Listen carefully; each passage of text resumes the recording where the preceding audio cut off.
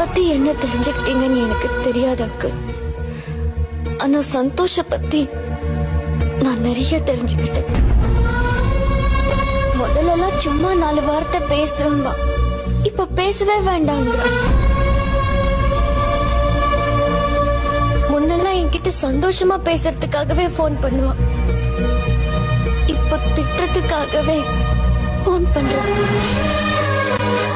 முன்னாடிலாம் என்கிட்ட எது பிடிச்சிருக்குன்னு சொன்னாலும் இப்போ அதையே பிடிக்கலங்கிறான். இப்போ நான் இங்க இருந்து போறது சந்தோஷ் என்ன திட்டுறாங்கிறதுக்காக இல்ல, இதுக்கு முன்னாடி கூட சந்தோஷ் என்ன திட்டுவான், அதுல லவ் இருந்துச்சு. இப்போ அது இல்ல. கெஸ்ட் மாதிரி வந்து கெஸ்டாவே போயிடுறேன்.